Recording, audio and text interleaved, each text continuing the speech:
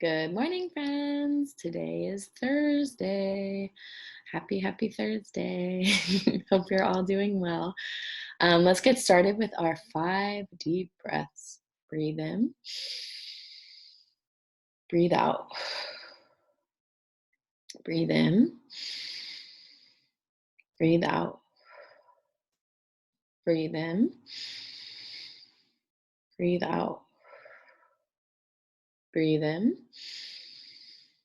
breathe out.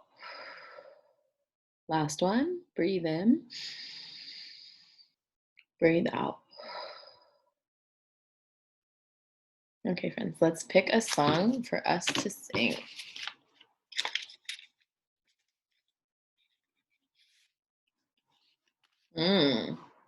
Itsy Bitsy Spider. Okay, you ready, friends? The itsy bitsy spider went up the water spout. Down came the rain and washed the spider out. Out came the sun and dried up all the rain. And the itsy bitsy spider went up the spout again. Then the great big spider went up the water spout. Down came the rain and washed the spider out. Out came the sun and dried up all the rain. And the great big spider went up the spout again. Then the teeny weeny spider went up the water spout. Down came the rain and washed the spider out. Out came the sun and dried up all the rain. And the teeny weeny spider went up the spout again. All right, friends, for those of you who are curious, the fly is still buzzing around my apartment. So we'll see. I almost caught it yesterday, but no dice. So we'll see what happens. It's an ongoing drama over here. All right, so we're going to get to our story. We're going to read today Ada Twist, Scientist. If you remember, we've read now Rosie Revere, Engineer, and Iggy Peck, Architect. So today we're going to read Ada Twist, Scientist, which is also by the same author. Okay, so let's see. Ada Marie, said not a word till the day she turned 3. She bounced in her crib and looked all around, observing the world, but not making a sound. She learned how to climb and make her big break with a trail of chaos left in her wake. She ran through the day, chasing each sound in sight, and didn't slow down till she conked out at night. Oh my goodness, look at that big old mess.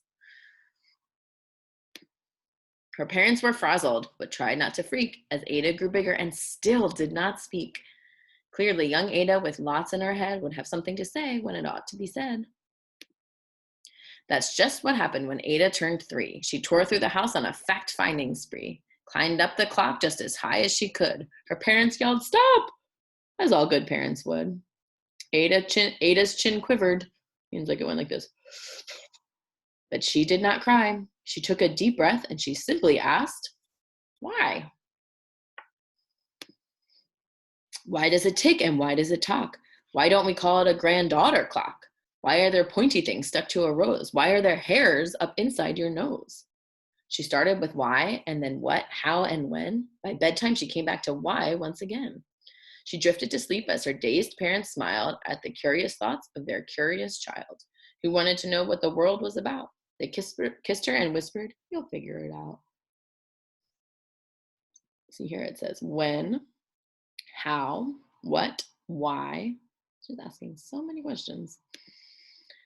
Her parents kept up with their high-flying kid, whose questions and chaos both grew as she did.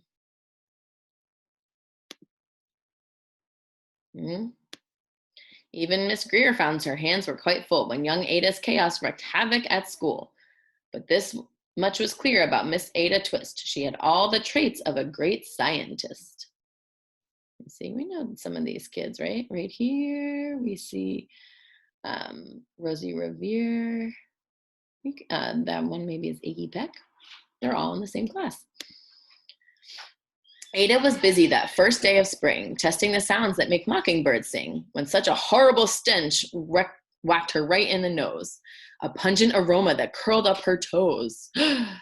Zowie, said Ada, which got her to thinking, what is the source of that terrible stinking? How does a nose know there's something to smell, and does it still stink if there's no nose to tell? She rattled off questions and tapped on her chin. She'd start at the start where she ought to begin. A mystery, a riddle, a puzzle, a quest. This was the moment that Ada loved best. Ada did research to learn all she could of smelling and smells, both the stinky and good. One hypothesis Ada thought could be true. The terrible stink came from Dad's cabbage stew. So you see, she's testing it here. The cabbage stew.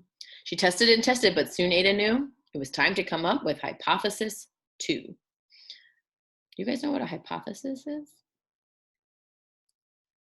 It's the idea that you're testing when you do a science experiment. You have an idea, that's your hypothesis, and then you test it to see if it's true. So her first hypothesis was that the stink came from her dad's stew. And then she tested it and she found that it was not true. So she had to come up with another hypothesis. Then Zowie, the stink struck again, just like that. Hypothesis 2, it's caused by the cat.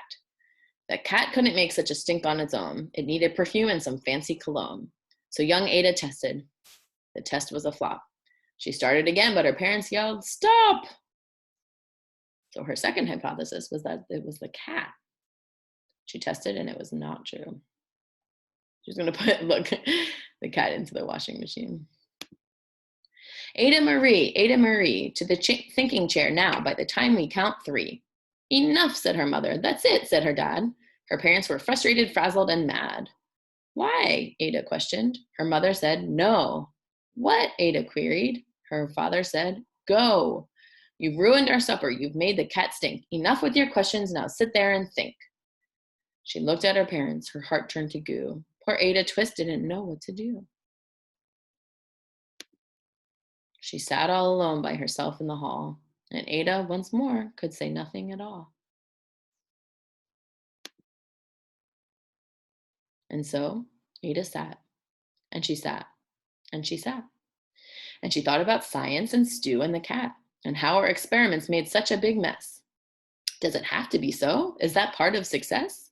Are messes a problem? And while she was thinking, what was the source of that terrible stinking? Ada Marie did what scientists do. She asked a small question, and then she asked 2. And each of those led her to 3 questions more, and some of those questions resulted in 4. As Ada got thinking, she really dug in. She scribbled her questions and tapped on her chin. She started at why, and then what, how, and when. At the end of the hall, she reached why once again.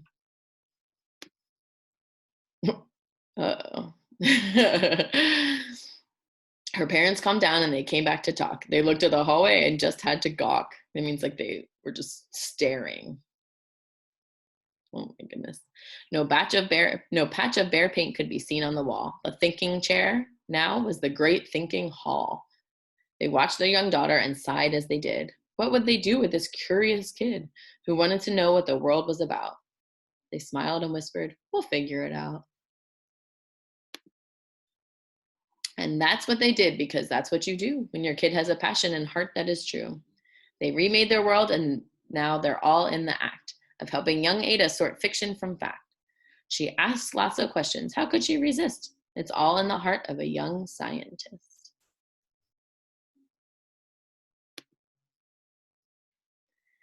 And as for that smell, what can Ada Twist do but learn all she can with her friends in grade 2? Will they discover the stink that curls toes? Well, that is the question. And someday, who knows?